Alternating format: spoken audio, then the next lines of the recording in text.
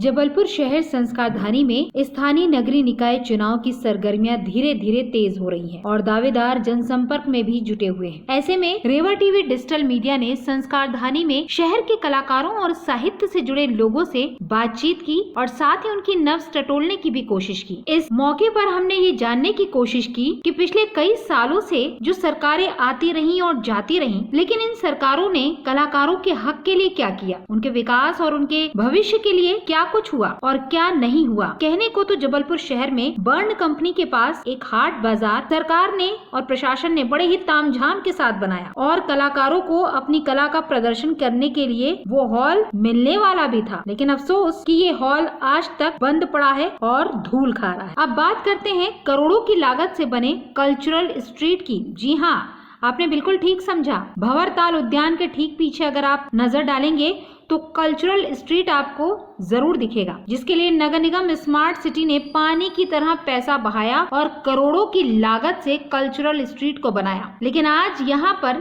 सिर्फ सरकारी आयोजन ही आपको देखने को मिलेंगे। वहीं बात करें अगर मानस भवन की, तो जिसके फ्रंट साइड पर स्मार्ट सिटी का शानदार ऑफिस बना है और आगे आप बढ़ेंगे तो आपको मानस भवन का वो हॉल दिखाई देगा जहाँ पर सांस्कृतिक गतिविधियां होती हैं और कार्यक्रम आयोजित किए जाते हैं। लेकिन यहाँ पर भी कलाकारों को सबसे पहले इसकी बुकिंग करानी होती है और इसकी बुकिंग करते वक्त एडवांस जमा करना होता है। महीनों पहले इसकी डेट ली जाती है और उसके बाद ही बुकिंग होती है। लेकिन एंड टाइम पर अगर कोई सरकारी या प्रशासनिक कार्यक्रम आ जाता है तो आपकी बुकिंग कैंसिल भी हो जाती है। मतलब ये कि आपको आपके कार्यक्रम के लिए मानस भवन नहीं मिल पाता है। चलिए अब बात करते हैं चंचलाबाई कॉलेज की, जहां शाम को कलाकार फ्री होकर प्रैक्टिस करते थे और साथ ही अपनी रिहर्सल किया करते थे। लेकिन फ्लाईओवर के कारण अब उन्हें वहां से भी चलता कर दिया गया है। अब ये बेचारे कलाकार किसी भी परिचित के छत पर, उनके घर पर, हॉल में ये प्रैक्टिस करने के लिए मजबूर है। जब हमने इनसे बातचीत की और इनके दर्द को जानने की कोशिश की तो आप खुद ही सुन लीजिए कि इनका क्या कहना था। जबलपुर शहर संस्कारधानी में होने वाले हैं नगरीय निकाय चुनाव,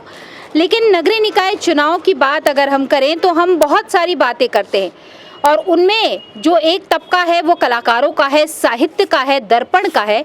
वो साहित्य जो कि आपको रंगमंच के माध्यम से समाज का आईना दिखाते हैं। आज हम उन्हीं कलाकारों के बीच में हैं और जानना चाहते हैं कि जो सरकारें आई और चली गईं उनके लिए क्या करके गई और आने वाले भविष्य में जो स्थानीय नगरीय निकाय चुनाव होने वाले हैं उनसे उनको क्या उम्मीदें हैं, वो नेता कैसा चाहती हैं, वो महापौर कैसा चाहती हैं, क्या कहेंगी आप? पिछले 15 सालों से बीजेपी की सरकार रही है। स्वाति गोडबोले जी खुद कला संस्कृति से बड़ी अटैच थी। आप लोगों को उनके कार्यकाल में क्या मिला? हम लोग देख रहे हैं तो हम लोग को घर पे करना पड़ता है, जो कि हम लोग को पूरी सुविधाएं नहीं मिलती है। जैसे कि हम लोग बॉडी का वर्कआउट भी नहीं कर पाते, जो कि हम लोग के लिए बहुत ज़रूरी है। बॉडी का वर्कआउट करना, हम लोग को लोगों से मिलना, मतलब हर चीज़ की ज़रूरत रहती है, बट यहाँ पे हम लोग नहीं कर पाते और हम लोग यहाँ पे सिर्फ 2 घंटे दे पाते। आप क्या कहेंगे? हम इतने सालों से चंचलाबाई में प्रैक्टिस कर रहे हैं। आज वहाँ पर भातखंडे शिफ्ट हो रहा है और ब्रिज भी बन रहा है। इन सब के चलते हमें बहुत ही ज़्यादा दिक्कत हो रही है। हमें बॉबी दादा के हमारे घर पे प्रैक्टिस करना पड़ रहा है। हम खुल के रियाज़ नहीं कर सकते, आवाज़ नहीं कर सकते, जबकि नाटक करने के लिए हमें ज़्यादातर खुलने की ज़रूरत होती है। हम एक बंधा महसूस करते हैं। हम लोग बस इतना चाहते हैं कि हम एक जगह दें जहाँ पे जो हम करना चाहते हैं हम बहुत अच्छा काम करते हैं। हम एक सोसाइटी को अच्छी चीज़ें बताते हैं जो ज़रूरी है हमारी सोसाइटी के लिए। तो हम चाहते हैं बस हम एक जगह प्रोवाइड कर दें जिसमें हम लोग अच्छे से सब चीज़ का रियाज़ कर सकें, बॉडी का, नाटक का, सब चीज़ कर सकें हम लोग। मुझे हमें सिर्फ एक जगह चाहिए।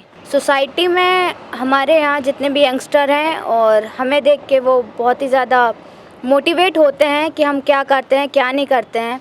हम सोसाइटी को एक बहुत अच्छा मोटिवेशन फेस हैं हम, और हमको एक जगह चाहिए प्रैक्टिस के लिए और जल्द से जल्द हमको दिला दिया जाए तो कृपा होगी।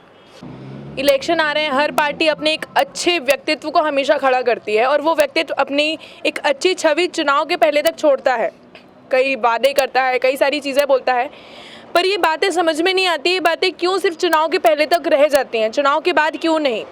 हम सभी अपना काम तो करते हैं, हम वोट देते हैं, पर वोट के बाद, इलेक्शन के बाद हमारे आर्टिस्ट जिनको हम यूज़ करते हैं, मैं तो यही बोलूँगी यूज़ करते हैं नुक्कड़ नाटक में लोगों को जगाने में, तो क्या उन लोगों के लिए ज़रूरी नहीं है कि हम कुछ सुविधा मुहैया कराएं। गौरतलब है कि संस्कार धानी में कलाकारों की कमी नहीं है और साथ ही यहाँ के कलाकारों ने न सिर्फ जबलपुर शहर संस्कार धानी बल्कि मुंबई के बॉलीवुड में भी अपना नाम कमाया है और हमारे शहर के साथ साथ प्रदेश का भी नाम रोशन किया है। लेकिन फिर भी संस्कार धानी शहर के कलाकार आज भी प्रताड़ित है और उपेक्षित है, क्योंकि उनके पास अपना खुद का एक हॉल नहीं है जहाँ पर वो प्रैक्टिस कर सके।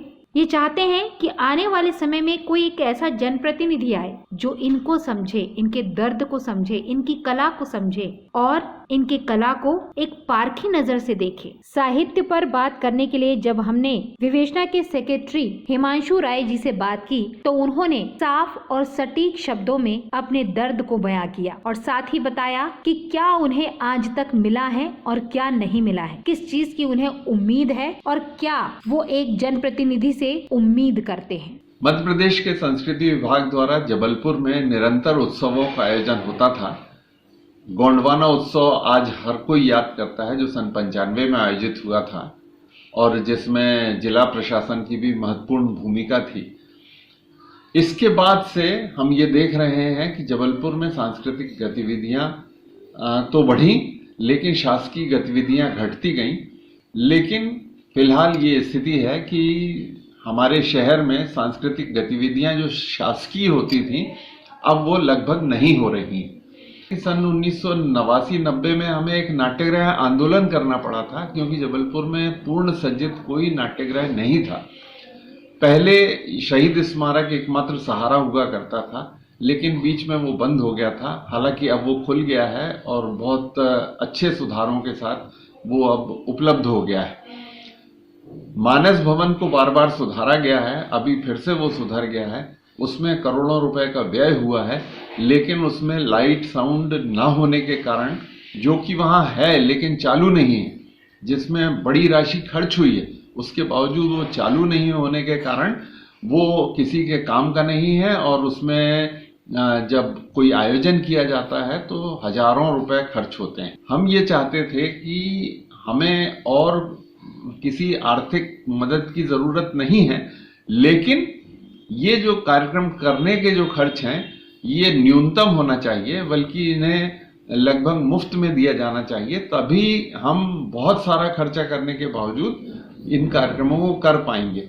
जबलपुर की सांस्कृतिक गतिविधियों की संख्या बहुत बढ़ सकती है यदि हम इस तरह से सस्ती सुविधाएं उपलब्ध कराएं। अभी कल्चरल स्ट्रीट बनी है और कल्चरल स्ट्रीट में जो हॉल बनाया गया है, अभी उसमें लाइट की व्यवस्था नहीं हुई है, बहुत सारी दूसरी परेशानियां हैं। बर्न कंपनी के पास में भी एक हॉल बना है जो अभी तक मतलब कलाकार वहां नहीं पहुंच पाते। बर्न कंपनी के साथ बड़ी दिक्कत है। जिस समय वो उसको बनाने का तय हुआ था, हम लोगों ने जाके एक स्ट्रॉन्ग प्रोटेस्ट दर्ज किया था, घना प्रतिरोध दर्ज किया था कि उसको वहां नहीं बनाना चाहिए। लेकिन उस समय जो भी शासन में थे उन्होंने कहा कि नहीं, बनेगा तो वहीं बनेगा। उनकी भी कुछ मजबूरियां रहती हैं, जहां शासकीय भूमि उपलब्ध हो पाती है वहीं वो बनाना चाहते हैं। लेकिन उसका परिणाम ये हुआ कि वो बना तो है। दूसरी बात ये हुई कि उसमें संस्कृति विभाग और जबलपुर विकास प्राधिकरण में लंबे समय तक झगड़ा चला, इसलिए वो उसमें बहुत सारा काम नहीं हो पाया। आज भी उसमें बहुत सारा काम होना है, जो बहुत राशि के हिसाब से बहुत ज्यादा नहीं है। ये बड़ी क्रूरता है कि करोड़ों रुपए शासन के खर्च हो जाएं और किसी को चिंता नहीं है कि वो उसका कोई उपयोग हो सके। तो इस तरह की हालात हैं। जहां तक संस्थाओं की बात है, इस समय जबलपुर में बड़ी अच्छी स्थिति है कि काफ़ी संस्थाएं सक्रिय हैं और निरंतर अपने कार्यक्रम करती रहती हैं। ये कार्यक्रम और भी बढ़ सकते हैं यदि यहाँ पर ये सुविधाएं बढ़ जाएं। आने वाले स्थानीय निकाय चुनाव हैं और पिछले 15 साल की बानगी आपने देखी, बीजेपी की सरकार थी, उससे पहले कांग्रेसी थे और अब फिर से स्थानीय नगरीय निकाय चुनाव आ रहे हैं। तो आने वाले महापौर से क्या उम्मीदें हैं आपको कला के क्षेत्र में? हम लोगों ने बात भी की है जो महापौर प्रत्याशी हैं, और हम लोग भविष्य में जब चुनाव घोषित हो जाएंगे तब जो भी महापौर प्रत्याशी रहेंगे विभिन्न दलों के, हम उनसे जाकर ये आग्रह करेंगे कि वो शहर के पर्यावरण के बारे में, शहर के सांस्कृतिक स्वरूप के बारे में, इन सारी चीज़ों के बारे में, साहित्यिक मामलों पर अपने विचार बताएं, अपनी योजनाएं बताएं और ये बताएं कि वो जब चुनाव जीतेंगे, जब वो पद संभालेंगे तो वो शहर के लिए इन क्षेत्रों में साहित्यिक, सांस्कृतिक और पर्यावरण की दृष्टि से क्या करने वाले हैं, उनके दिमाग में कोई नक्शा है भी या नहीं है।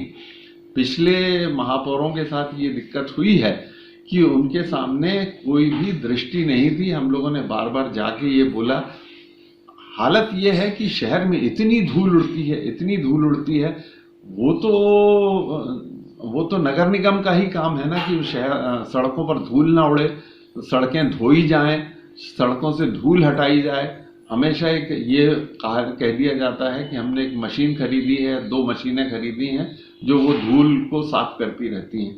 दिक्कत ये नहीं है, दिक्कत ये है कि हमारे नागरिक को शुद्ध हवा मिले, शुद्ध पानी मिले और शुद्ध सांस्कृतिक साहित्यिक वातावरण मिले। वाचनालय नहीं है शहर में, जो थे वो बंद हो गए हैं। गांधी भवन की एकमात्र लाइब्रेरी है और वो बहुत दुर्दशा को प्राप्त है। तो ये सारी चीज़ें शहर में होना चाहिए और इनको नगर निगम ही कर सकता है।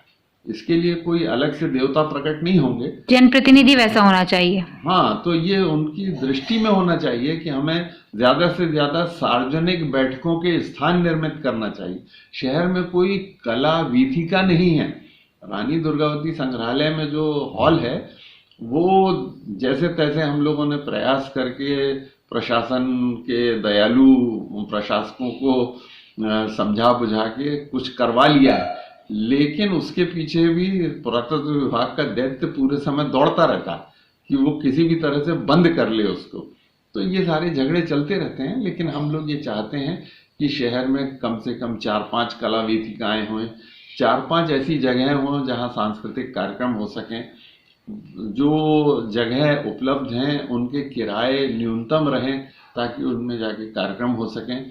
सबसे बड़ी दिक्कत ये है कि नगर निगम में जो अभियांत्रिकी विभाग है उसमें कोई भी, और आर्किटेक्ट तो है ही नहीं, तो उसके कारण जो भी निर्माण होते हैं वो इतने खराब होते हैं, इतने बेहूदे और गैर कलात्मक होते हैं कि उनसे शहर की छवि बहुत खराब होती है।